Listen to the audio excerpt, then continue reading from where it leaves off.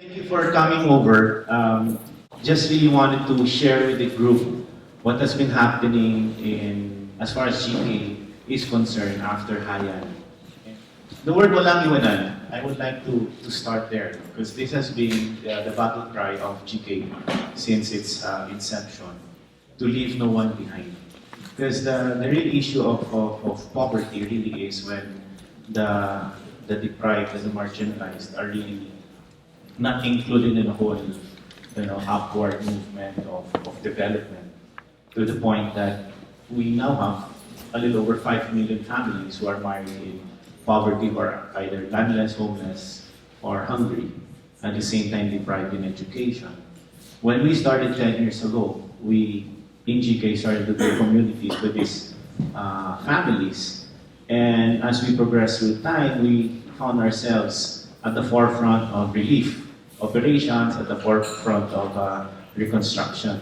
Simply because those who are the usual victims of disasters are the poorest because they are building in hazardous areas. So the poor, they build houses along the riverbanks, very near the waters or landslide prone because they cannot afford to build in safe grounds. So, as for the past 10 years, it's a bit extraordinary for the Philippines, meaning the typhoons has been getting stronger and stronger. I cannot but recall 2013 if I talk about Haiyan. 2013 for GK and I think for the Filipino nation, it was quite an extraordinary year because three big events actually happened.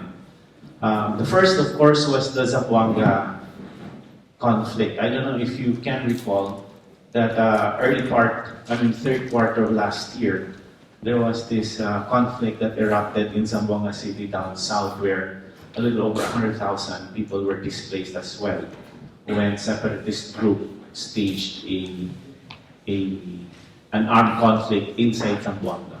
So even after now, there are thousands of families who are in the streets still displaced. So that stressed the whole southern Philippines. And just as the smokes were being addressed, Bohol was hit by this 7.2 earthquake. So GK again was involved. We started to mobilize volunteers and started to raise resources for relief operations and started to reach for the remote areas. In fact, it is only now that we are beginning to build permanent shelters because the issue, it's quite difficult to actually do reconstruction after an earthquake. All the structures are really unstable. So as we were winding down our relief operations in Bohol, and we wanted to shift to reconstruction, bam, Typhoon Haiyan hit us. So, which was widespread. It was not just Tacloban. It was in 8 other provinces in that corridor from Samar, eastern Samar to Samar, Leyte, and then northern Cebu, and then it went to northern Negros, northern Iloilo, and then exited Palawan. And it almost maintained its strength. So this is how Haiyan looked like from the satellite. In fact, they were telling us that Haiyan was 3 times over stronger than Katrina. And I was reading through some materials. It took the US government 5 days to respond when Katrina happened. Well, I think I can give our volunteers and the rest and other groups in the Philippines because 2 days, 3 days after, people were already operating in the area coming from Cebu. It was quite an experience for us to see the devastation. I haven't seen anything like it. GK has been involved 5 years ago from Ondoy to Sendong to Bofa to Pablo. Almost every year, we're hit with this massive typhoon. No? So Haiyan was different. Sendong only hit Cagayan de Oro and Iligan. Pablo only Compostela Valley and Davao Oriental. But Haiyan hit the 8 provinces. And not just the one municipality, 171 municipalities were hit by Typhoon Haiyan. Mostly affected were the fisher folks. So what was the impact? The impact was the houses were totally destroyed. I don't think damage is the word. They were totally destroyed. When I was speaking to this family, a mom, this was in Tanawan, Leyte. So we brought relief, and I was speaking to this, a mother of 2 kids. No? So I said, what happened? She was recalling, and amazingly, she had no more tears. No? So she was telling me, when you cried so much pala, pati yung luha mo nauubos. When the pain is so great, even tears cannot express the pain of that experience. No? So she was telling me that when the typhoon happened, the 3 of them were inside her house. The first surge, it was up to the knee. And then she asked her kids to go up the table. The second surge was almost to the ceiling of her house. So what she did, she bore a hole through her ceiling and pushed her kids into the roof. And then the third surge happened. And then it was like washing machine. And it was the longest, the moment of her life. So after that surge, the water brought her out of the house. And when it subsided, her description was, it was like an aquarium where you actually evacuated the water, you see fish. And there were bodies all over. So in just that moment, thousands actually perished. That was how the survivors described it. But then again, Haiyan, I think it was one of those rare moments that really brought the Filipino nation to its core, where people from Luzon, I was in Manila watching CNN, looking at that massive system, and praying to God that, God, don't let this happen. Don't let this hit Manila. But the corollary to that prayer is it hit the Visayas. You see? So then it makes you wonder, what is part 2 to that prayer? We were saved, but our brethren, our kababayans in the Visayas were suffering. And so I called people, and then we immediately started mobilizing. We just decided, well, let's be answers to the prayers of the people of the Visayas. Let's be the answer to their prayers now. So we started to mobilize towards the Visayas. But there were a lot of challenges there. Logistics, getting to Ormoc, and then organizing the volunteers. So, and government, I guess they responded, but again, the scale was just too much. Including the mayor, he was a victim. When we went to Ormoc and then worked our way towards Alang-alang, towards Tacloban and Leyte, even the mayor were looking for food. So everybody became victims. So there was no organization that was spared. But those who were working were actually all from the outside. Because everyone in the disaster zone were all victims. So it complicated the things even further. So what GK started to do was we began calling people, we began repacking. The easiest was I went to SM Cebu, and that was the biggest grocery that I did, about 500,000.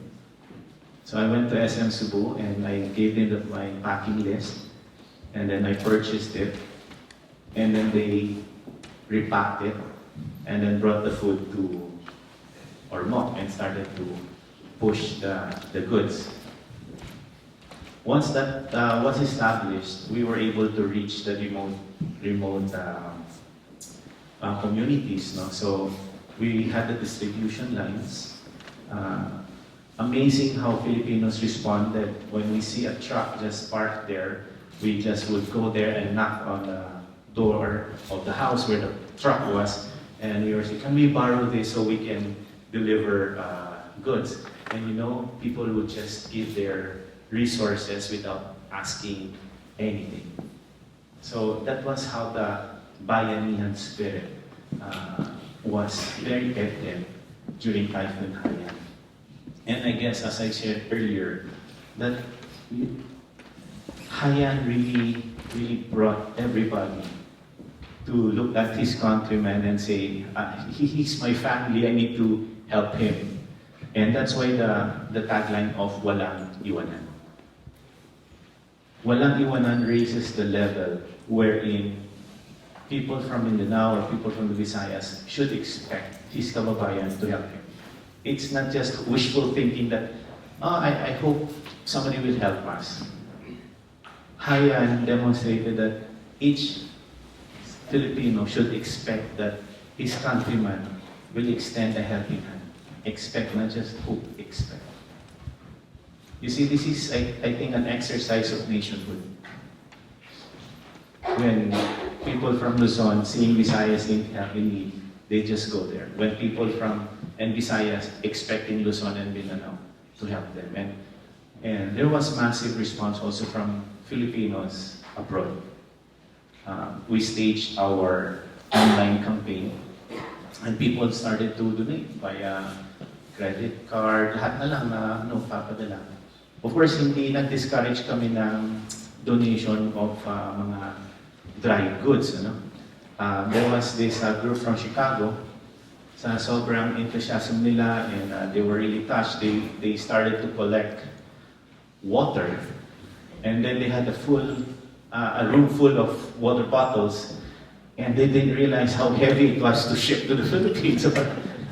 So parang people just started reacting, and because that maybe desire to really be of help. Yung iba naman, usually the first few days they don't really need clothes. Ang kailangan nila are bra, panty, brief. Kasi basa sila, and then they need underwears more than anything. So there are certain things that you see on the ground that sometimes when you react too fast, they might not actually need it. So through the years, it taught us, after 24 hours, usually, okay pa yan, hindi pa yan gutom.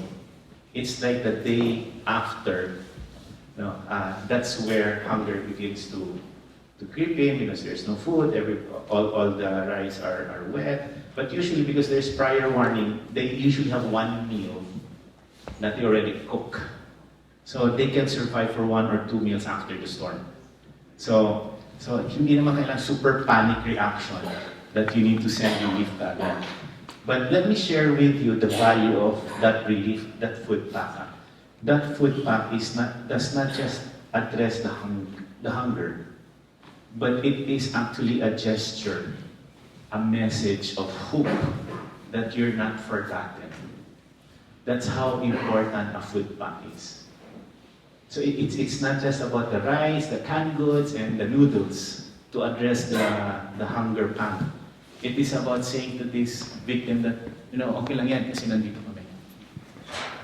There was this group in GK Cabalawan, in Cabalawan, Tacloban. It took us 3 weeks to reach them.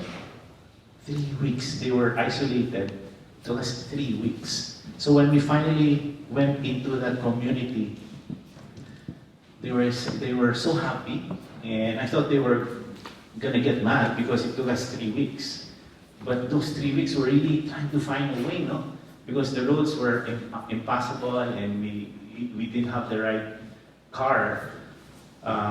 unlike the UN, this big organization, they have this big, massive 4x4, and all of this. Pero yung mga Pilipino, ano lang kami, mga naka-tricycle, mga naka-bike. So yun lang yun, ano? That's what we had. Eh. But we were reaching the most remote. No? So finally, we went into that village. They were hugging and they were very happy. And you know, the comment of the community leader was, because we were apologizing that it took us 3 weeks before we were able to reach them. He said, don't worry, we understand, but he was telling us that we just knew that you were gonna come. And that thought, you know, allowed us to be hopeful and strong for the past 3 weeks. More than 60 municipalities that GK operated on. At the end of our relief operations, we distributed close to 300,000 food packs. So these 300,000 food packs were fueled by your donations here in Canada, from the US, from Australia, and of course from local. Corporations and individuals just donated all of those goods. And what we did was we in fact, so Leyte is down south, we had to open repacking centers in Metro Manila because the goods were really from Metro Manila. So once we had repack, we partnered with a logistics company, 40-footer vans, picked up the food and then delivered it. They had to travel close to 26 hours from Manila to Leyte. Because in Leyte, including Cebu, started to feel the strain of the lack of goods because there was just massive need to supply rice, canned goods.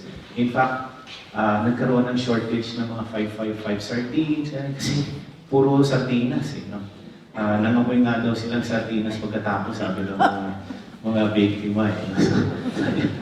Ng sardinas na naman. Ayaw na namin ng corned beef. Wow!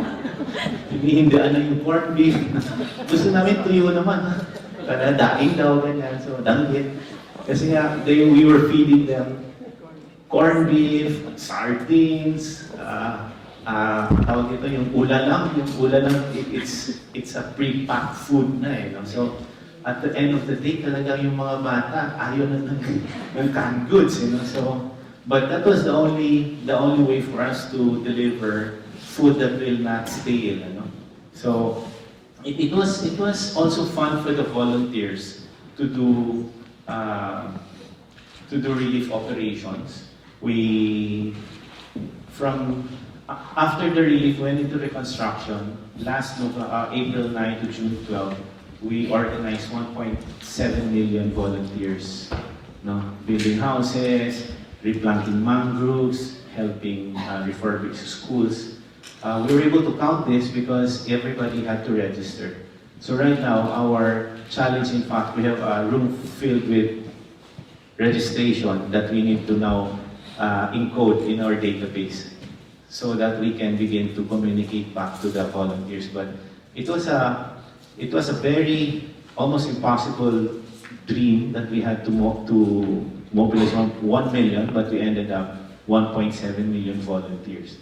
And the importance of the volunteer, again, is about presence. It builds resilience, it builds hope.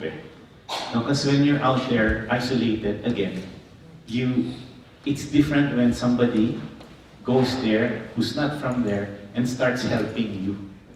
And that was the key, if I call, success of GK, by bringing all of these volunteers into the equation of food relief. In fact, we were exporting volunteers already because DSWD, the Department of Social Welfare and Development, they had the goods, but they didn't have the manpower. So when Secretary Suleiman called us, do you need volunteers? Okay, how many do you need? We need a handful to repack. So we mobilized, and overnight, she called, I think, Friday. We went there Sunday. In like 3 hours, she thought that the repacking would take 4 days. But because we sent 3,000 people, the whole thing was finished by the end of the day. So that was how volunteers, were utilized. And I guess that's a key component when you talk about responding to disaster. In a disaster response, transparency is very important. People are giving funds, and the question the question being asked will be, how did they spend money? Were they able to really bring the goods to where it should go? So what we usually do is all those who gave funds, especially corporations, we invite them to do volunteer and to even repack their own goods. And then they join us from time to time. They, like, for example, Isachi and Thomson Reuters. We would invite employees to join us in our sorties. We would invite volunteers to join us, and they actually post in Facebook's pages, where we went. So it reinforces the credibility of the organization. And I guess in the same manner, especially you guys here who donated, you're quite far from the action, and very little news sometimes. I think there's so much good news. There is so much news, but it's not good. It's always bad. That reach the audience. Kasi, I don't know, good news does not sell siguro, I don't know. But sanay sa controversy, sanay sa bad news, but really, if you go through, it's not just GK working hard. There were countless other groups that were really working hard, and I can say they were really heroes. No, it's just that the spotlight was not on us. The spotlight was on people, on personalities, for example, the network news. They just cover their foundations. They don't usually cover the other groups, the 1,000 others who are doing just the same. So we needed to go through social media and create our own coverage. And as you can see, these are like 5-minute, 3-minute documentation. And then we push this in the social media channels. So in the process, GK, we created our own news crew, volunteers and professionals who were actually doing documentation so that we can report to our partners. The relief operation lasted until May, but government continued to give food packs even beyond May. But for GK, we declared end of relief operations by May. What does that mean? So any donations after we declared relief operations over is going to be used for reconstruction. We will no longer receive funds for relief. So if somebody would like to donate to GK after May, it's going to be used to build houses or to support reconstruction phases. So at present, GK received almost 3,000 houses in donation. I will not tell, the pledges are even bigger, but I will not tell because they're just pledges. No, pag nagbago yung ihip ng hangin, o nawawala yung pledge, nagiging na lang, picture taking. So, GK, as GK organization worldwide and locally, we received close to 3,000 houses. Funds good for 3,000 houses, and one house is about 150,000 pesos. Just do the math, please. It's difficult for me to keep on converting. So right now, of the 3,000, we're able to implement 2,111. So that is hats off and cheers to the people on the ground. No? I just hold the mic and cut the reports. But really, let me share with you how we were able to do this, because most of these houses we just started around May, June. So it's just a couple of months now. No? But right after Haiyan, in Leyte and all of those areas, the number one issue for permanent housing was relocation sites. land. Now, where do we relocate those families that were affected, that an area that's safe? Area that's safe, but at the same time, not too far dislocation from their livelihood. No? And then the third one is, it has to be buildable, where it's not like the terrain, the grade. No? Overnight, we had the land because GK for the past 5 years has been doing land banking in this area. Because on normal days, GK builds communities. We don't exist for Haiyan. We exist for a particular purpose, and that is to build communities for the poorest. So when Haiyan happened, even 5 years ago, people were already donating land to GK in these areas. To the point where we were asking ourselves already, what are we going to do with all of this land that was donated to GK? And then boom, Haiyan happened.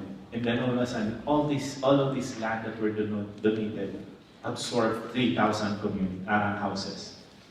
So when other groups, even government, are finding it very difficult to look for land, that's the key delay right now in the government, no? Looking for the suitable area to relocate the families. That's a major cause of delay, looking for that land. In fact, in some of the areas, that's why it's only 2,111, because when we engage the other houses,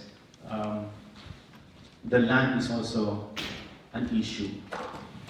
When you start organizing, when you start looking for the land, it usually takes us about a month to finally tie down the agreement on the land. 40 in Palo Leyte, where the Pope will be going, and then another 60 in Leyte Leyte. So you will be in Barangay Kanmamotong, but I think you will be transferred to Barangay, and just beside Kanmamotong, that's Libertad. Well, there are a lot of intervening factors there. 4 challenges, no? The site diff, sometimes the mayor will say, okay, yes, come on, walang iwanan. Pag nagtrabaho na, naiiwan na kami. Ano ba? After the picture taking, ano nangyari dito kami wala. Ano ba? GK will fund the house, we'll build the house, and somebody will take care of the site development. So you cannot build the house if the site is not developed, right? So sometimes, and because it's being done by another group, you have little influence on the schedule. So sometimes that's where the collaboration has to be closely monitored and the handshake has to happen. So that's where the delay sometimes is coming from. Synchronizing the land dev on the house construction. And then of course, the third issue that we need to also manage is local politics. Si Mayor may preference, si Barangay Captain may preference, tapos may preference din yung mga tao sa baba. So, GK has to piece this puzzle together. No? It's, well, maybe because of the track record of GK, and since we're political, we work with everybody, we're able to build convergence. But it's not, we have to go through a process. No? So for the beneficiary selection, usually, the local government units with their municipal social welfare development office will come up with the first list.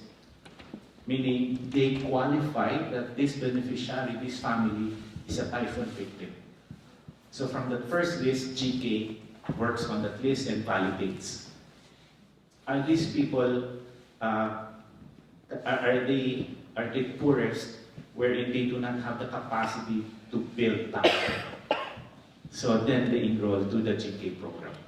So, but the first list, so that you know,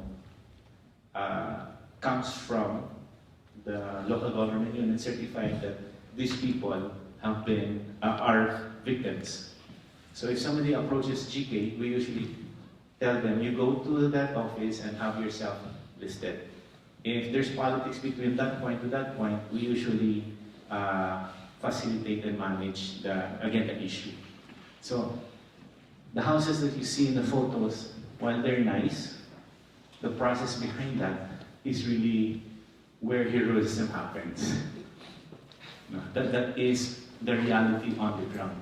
But through that, so what day is today? November. From May to today, we are in process of 2,111 houses. So I think we've done something extraordinary, especially the volunteers. Now, we've already turned over so in many areas. These are houses that are being occupied now, a little over 700 of them, well, close to 698 or 89 are already turned over. So, I think we're going to be in the Guinness Book of World Records. So ito naman ang design ng houses natin are what we call typhoon resilient design. If you notice the photos, you don't see the roofs anymore. So we actually, there is some innovation in the design. Because when we started with GK, the design was about 160 kilometers per hour sustained gustiness in terms of structural strength. When Sendong happened, they increased that to 180. So we redesigned na naman the superstructure. When Haiyan happened, government is the prescription is 240 to 260 sustained. So that is why we started with the cost of a house from 90,000 to 110 to 120. Now it's 150 because largely of the redesign of the structure. And if you notice, we are no longer building single detached, we are building row houses. Because when you build row houses, it strengthens the whole thing. So, and then, because there's very little land, and we need to build more houses, so we need to increase the density, so row housing can resolve and mitigate that issue. So we're building this kind of houses. And of course, the trademark of GK, the colorful houses. No? We already we call it colors of hope. Pero sa mga villagers, pag tinanong mo, saan po yung bahay mo, Manong? Depende po kung saan ka nakatingin. Kung dito po, pink. Kung dito sa kabila, blue. Saan mo dyan? Depende po kung saan po kayo nakatingin. Kasi kung dito po, pink. Sa kabila naman, blue. So, walang, kaya parang technicolor, no? One, and big mga major partners ng GK is, this is the first time in the history of both GK and Australia, and even I think in the Philippines, where a foreign government actually partnered with the local NGOs. Despite the context of yung mga Napoles issues, the corruption issue, the Department of Foreign Affairs and Trade of Australia actually invited GK and they gave us $1 million to build houses in Palolinte. So we have executed that already. I was with the ambassador a few weeks ago. The GDP shop will be visiting. So that interaction is really something that we Filipinos should be proud of. No? Pero mo yung gobyerno ng Australia ay nakikitrabaho sa isang organic, local NGO na Pinoy. It deserves something na parang wow, it brings so much pride as well that we are doing that. And of course, foreign corporations like Citigroup from New York, I met the chairman of Citigroup, went there, they granted us with some funds. Ano bang next nito? Okay, I will reserve that for last because we'll do a short open forum and then moving forward kasi this is what GK will be doing after Haiyan and a continuing reconstruction phase. GK is going to be involved in the next couple of years in disaster preparedness. And our formula for disaster preparedness is prepare for relief when disaster happens by building communities and maintaining the volunteer network. 2, continue with the reconstruction. And third, engage relocation. So that even before disaster happens, we should be relocating families so that we can prevent loss of lives. Kasi the victims are really the same victims all over again because they are in danger zones. So that is where GK will be bringing this whole campaign. And again, we will be looking at partners and groups and institutions. For example, for relief, I think whether we like it or not, Hayan, something like Hayan will eventually happen. Yes. Just before the 1 year of Hayan, if you look at in CNN, there was almost a Hayan category that entered the Philippines, but only it went towards Japan. It actually entered the Philippine Area of Responsibility. It was as massive as Hayan, but we were just so lucky and blessed that it went to Japan. So it was not even 1 year. Not even 1 year. And Hayan, the first category like Hayan in recorded history was about 120 years ago. The first one. Close to Hayan, but not as strong as Hayan. Same area, Tacloban. The second one was 100 years after.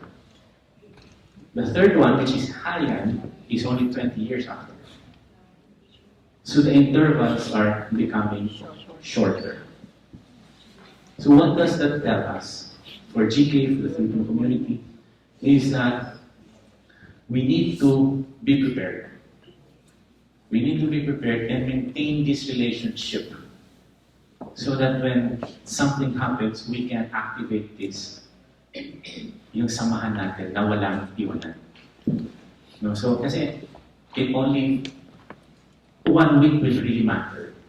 But if it will take us 2 months to raise resources, baka huli na for relief. So we need to start working together, connecting with each other, because hopefully it will not, but the probability is saying it will. So we better be prepared.